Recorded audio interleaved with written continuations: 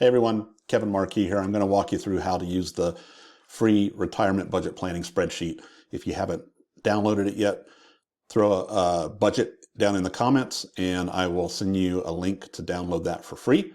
But let's walk through how this works. So here is what you're going to receive and what it will look like. You'll notice here I've got a link to this video specifically. And then over here, you see there is a link that you can follow to watch a video about setting up your SSA.gov account if you haven't done that already, so that you can get your Social Security numbers to fill in to the budget spreadsheet. So this is a very simple, straightforward one-page budget sheet that you can use. And so on the left-hand side in this column, you've got your headings for your income. So that's monthly W-2 income here, Social Security income, and then retirement accounts or pension income.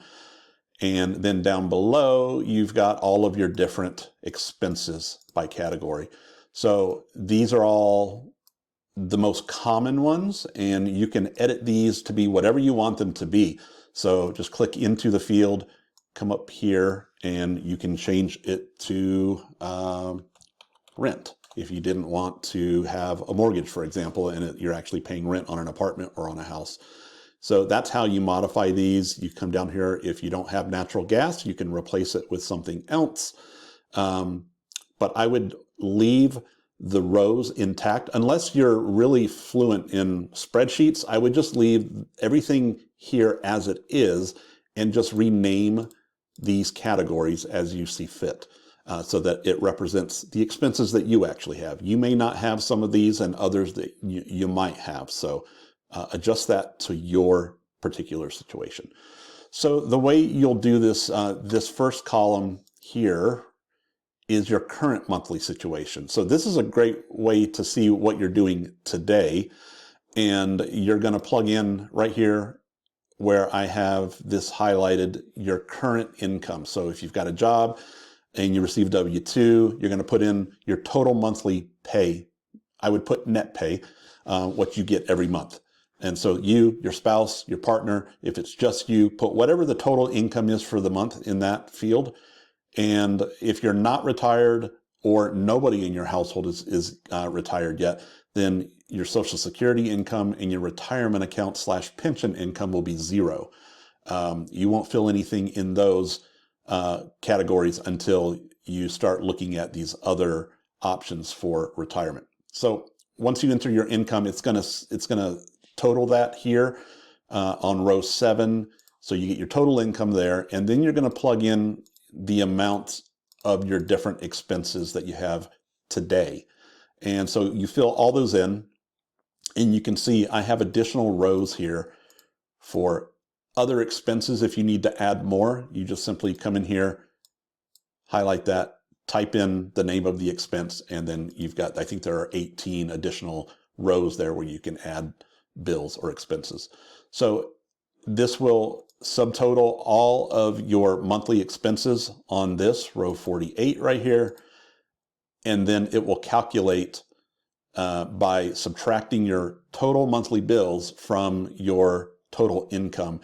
And so on row 49 here, you've got your remaining dollars at the end of the month after all expenses are paid.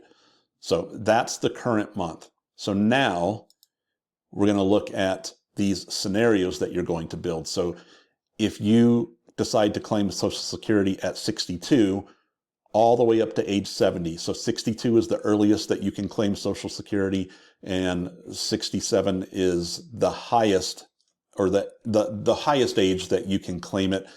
After 70, the benefit does not increase, but from your full retirement age of 67, most people is 67. That's where you get the full amount you're entitled to. And if you take it at a younger age down to 62, it reduces the amount of your monthly benefit because you're taking it early. And if you decide to wait until age 70, it increases each month and each year between age 67 and age 70.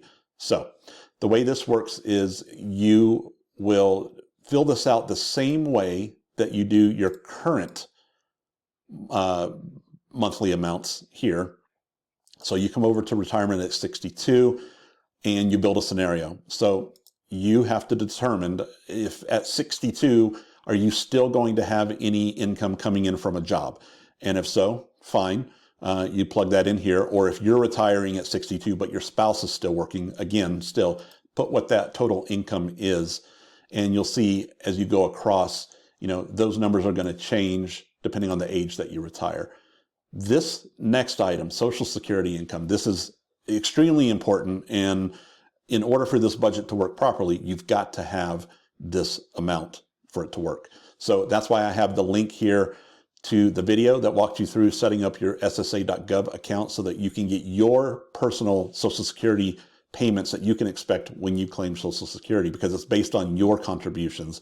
And so if you don't have that account set up already, you need to watch the video, go through, set up the account, and then you will be able to get the amounts that you can plug in here for age 62 all the way to age 70, so that you can see what your different options are and what the amounts will be if you claim your Social Security at those ages.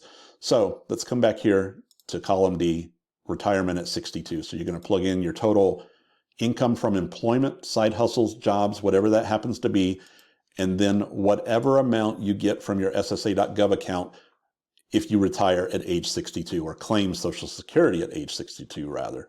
And then if you're going to take any income out of any of your retirement accounts, or if you've got a pension, that will be, you'll be collecting at that point, plug in whatever that amount is right there. It will total up your income just like it did in the current month. It will total it up right here. And then you're going to work on your expenses in retirement. So for rent or a mortgage, hopefully, if it's a mortgage, it's zero. Hopefully you've had your house paid off. That's a topic for another video, but being in debt, especially with a mortgage going into retirement, is not a recipe for success, unless you've got tons of money and it's not an issue for you. So I'm doing this as if this were a mortgage, because for me it is. And so we'll change that back to mortgage, and we'll put a 0 here.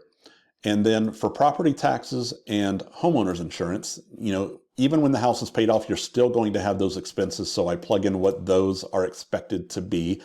And you'll see on the current month, it's 0 because it's built into the mortgage payment. So then you're going to come down and populate what you expect your expenses to be in retirement for these categories of expense. So you're going to plug that in. And if you decide to downsize, then maybe your electricity is going to be less, and your water and your sewer and things like that. If you're no longer commuting to a job, your gasoline bill, maybe that's going down. Unless you're traveling a lot and you're traveling in the country, maybe your gasoline budget goes up. But you're the only person that knows that. So you plot in here what your expected expenses will be.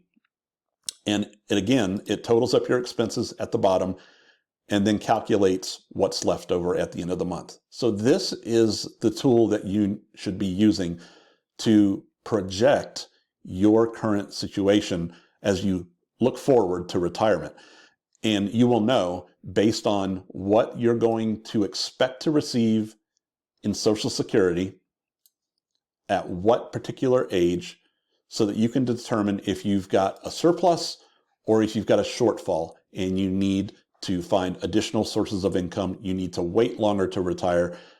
Whatever it might be, this tool is going to help inform you so that you can make an educated decision and the right decision about when to retire, because that's a very complex thing. The dollars and cents is just one input into that decision-making process. There are other things that play into that, such as health, family history, happiness in working, lots of different things. So this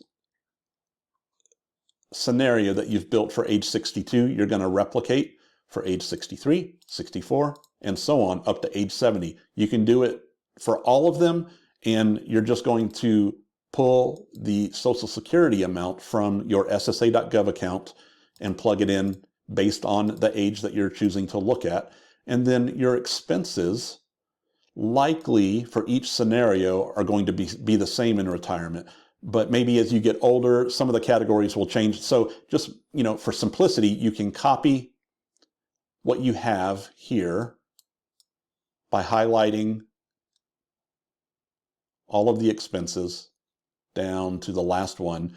And then you can right click and do copy, or you can do Control C and then come here, just click into that first cell and then do right click and you can paste, or you can do Control V and that will paste all of those expenses into this column.